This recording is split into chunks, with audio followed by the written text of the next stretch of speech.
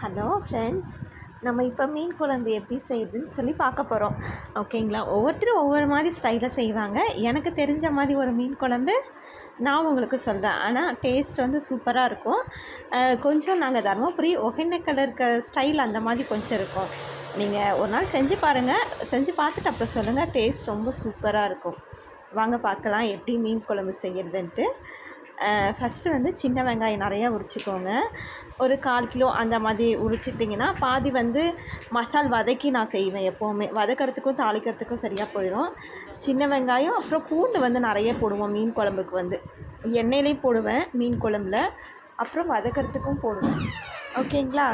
வதக்கும் போது நீங்கள் வெங்காயம், பூண்டு, அப்புறம் ஒரு தக்காளி 3 தக்காளி, அப்புறம் கொஞ்சம் ஒரு 2 ஸ்பூன் வந்து மிளகாய் தூள், அப்புறம் தனியா தூள் 2 ஸ்பூன், மஞ்சள் தூள், இதெல்லாம் போட்டு நல்லா அப்படியே எண்ணெய் பிரிஞ்சு வரணும் நம்ம வதக்கும் போதே.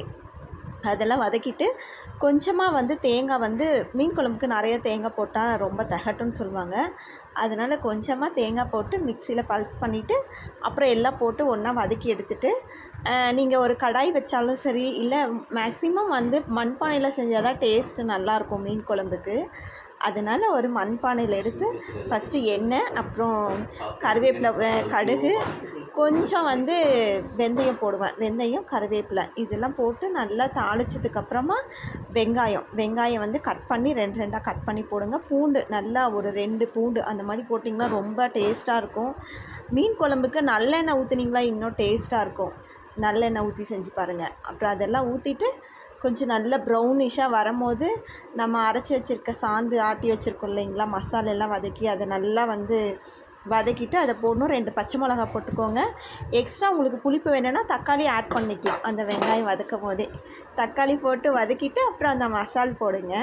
அந்த மசால் போட்டுட்டு கொஞ்சம் எண்ணெய் பிரிஞ்சு வரணும் அந்த மசால். அப்புறம் தண்ணி ஆட் பண்ணுங்கள். நல்லா அந்த மசால் பச்சை வாசனை போகிற அளவுக்கு கொதித்து நல்லா வந்ததுக்கப்புறமா புளி ஆட் பண்ணுவேன். ஏன்னா மீன் வந்து கழுவும் போதே நான் வந்து புளி, உப்பு, மஞ்சள் போட்டு அந்த மீனை வந்து நல்லா ஊற வச்சுருவேன். அது கொஞ்சம் நேரம் ஊறினா தான் டேஸ்ட் வந்து நல்லாயிருக்கும். நமக்கு சாப்பிடும் போது அந்த உப்பு, புளி அதெல்லாம் அந்த மீனில் வந்து நல்லா ஊறி டேஸ்ட்டாக இருக்கும் மீன். நான் எப்போவுமே பாறை மீன் தான் அதிகமாக செய்வேன். அதுதான் எனக்கு பிடிக்கும்.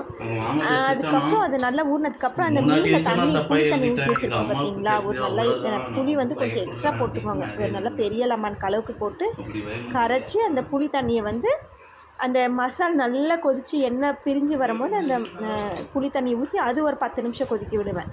அது நல்லா கொதிச்சதுக்கப்புறமா தான் அந்த பச்சை வாசனைலாம் போனதுக்கப்புறம் மீன் போட்டு அந்த மீன் வந்து நல்லா கொஞ்சம் அந்த கண்ணெல்லாம் வெளியே வரும்னு சொல்லுவாங்க பார்த்தீங்களா. எனக்கு வந்து அவ்வளோக்கா தெரியாது. அதை வச்சு தான் மீன் வெந்துருச்சுன்றது நான் கண்டுபிடிப்பேன். அந்த கண்ணெல்லாம் வந்து வெளியே வரும்போது ஓகே மீன் வெந்துருச்சு அப்படின்னு சொல்லிட்டு கொத்தமல்லி தலையெல்லாம் போட்டு ஆஃப் பண்ணிடுவேன். அப்புறம் மீன் குழம்பு அவ்வளோதான். டேஸ்ட்டான மீன் குழம்பு ரெடி ஆயிரும். நீங்கள்லாம் சமைச்சு பார்த்துட்டு எப்படி இருக்குன்னு சொல்லுங்கள். ஓகே, பாய்.